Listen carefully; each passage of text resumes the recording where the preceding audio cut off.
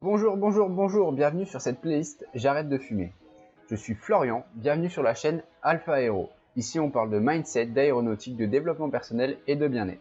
Dans cette playlist, on a abordé 3 vidéos d'introduction ainsi que des astuces pour t'aider à arrêter de fumer.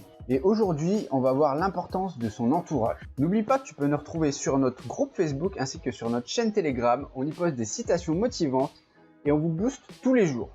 Tous les liens sont dans la description ainsi que le site internet. Pour être sûr de ne pas rater du super contenu, pense aussi à t'abonner et à activer la cloche. C'est parti. Il faut savoir que notre entourage impacte grandement la personne qu'on est. En fait, on peut même dire qu'on est la moyenne des 5 personnes qui nous entourent. Ce principe est super puissant. En fait, à moins quand on ait déjà parlé, tu t'en es peut-être rendu compte par toi-même, mais tu n'en es pas 100% conscient. Je m'explique. Il y a nécessairement, si tu es fumeur, un impact négatif et involontaire de tes amis fumeurs. Mais heureusement, il y a aussi un impact positif de tes proches qui peuvent t'accompagner par exemple dans ta démarche d'arrêter de fumer. En fait, que ce soit pour arrêter de fumer ou même en général dans la vie, il y a un mélange d'impact négatif et positif de nos fréquentations.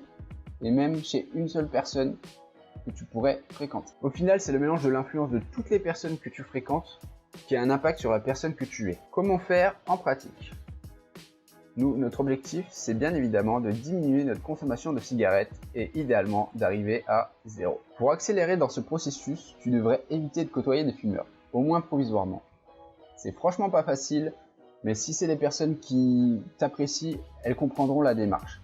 Il suffit de leur expliquer. Tu dois aussi limiter les situations à risque, par exemple les soirées, les lieux ou moments où tu auras envie de fumer. Par exemple, si tu as l'habitude d'aller au bar et de fumer en même temps, évite d'aller au bar. Tu devras faire preuve d'anticipation pour évaluer quelles situations sont à risque.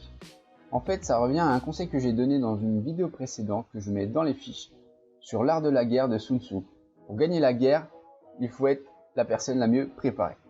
Et finalement, tu peux aussi mettre en place ce que j'appelle des pare-feux. Les pare-feux, c'est quoi? C'est des choses qui vont t'éviter ou qui vont te permettre de te protéger dans les situations à risque, comme j'ai pu en parler. Comment mettre en place des pare-feux? Exemple et mise en situation. Florian, j'ai une soirée de prévue. Je vais boire de l'alcool et ça va forcément me donner envie de fumer. Plusieurs solutions. La solution 1, ça serait ne pas aller à la soirée. Mais bon, c'est pas tout le temps possible. La solution 2, ça serait, par exemple, je prévois de boire un certain nombre de verres au maximum, comme ça j'évite d'avoir trop bu et je limite mon envie de fumer. Et par exemple, je décide d'emporter seulement 3 clopes qui me feront ma soirée. Comme ça, j'ai déjà prévu à l'avance, passer entre guillemets un contrat avec moi-même, et ça limite le nombre de cigarettes que je vais fumer. On continue avec le pare-feu numéro 2, qui est, je vais voir un pote fumeur. Plusieurs solutions. Solution 1, ne pas aller voir ce pote. Solution 2, je sais que ce pote fume. Je le préviens que j'ai pour objectif d'arrêter de fumer, et je lui demande qu'il ne me propose pas de fumer. Et pare-feu dans la situation numéro 3, je vais en soirée avec des potes fumeurs. Plusieurs solutions, toujours pareil, je ne vais pas en soirée. Solution numéro 2, j'emporte des gommes à la nicotine ou un substitut tabagique.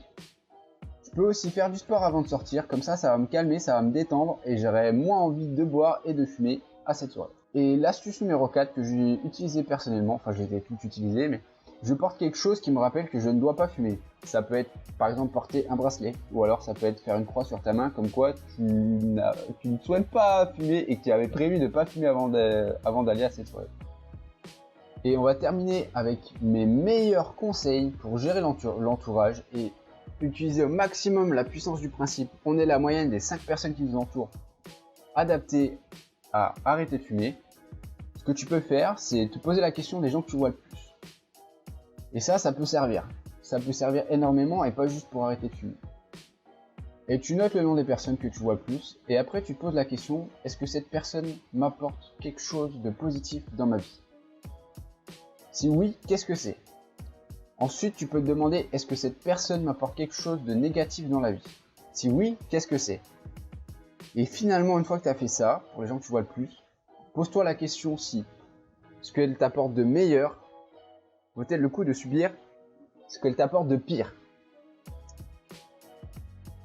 Ensuite, conseil numéro 2, tu peux limiter provisoirement les situations tentantes, donc éviter d'aller trop en soirée, éviter d'aller voir des gens qui ont une mauvaise influence sur toi, des gens qui fument trop. Tu dois aussi anticiper, et c'est super important. Le fait que tu anticipes te permettra de mettre en place des pare-feux comme nous avons pu le voir précédemment. C'est écrit là d'ailleurs. Et finalement, un super conseil, c'est de se trouver un allié ou un garde-fou. Ça peut être un ami ou ton mec ou ta copine. Et tu lui dis, voilà ce que j'ai prévu pour ce soir, je bois tant et je fume tant. Et cette personne sera là pour te rappeler que tu as défini des objectifs et que tu dois t'y tenir, même si tu es quand même en soirée et que tu es là pour te faire un minimum plaisir. J'espère que cette vidéo t'aura plu. Si c'est le cas, explose-moi la barre des likes. Je veux des pouces bleus. C'est un super moyen de nous récompenser et de nous motiver à vous sortir des super vidéos avec des conseils qui, je l'espère, vous serviront énormément.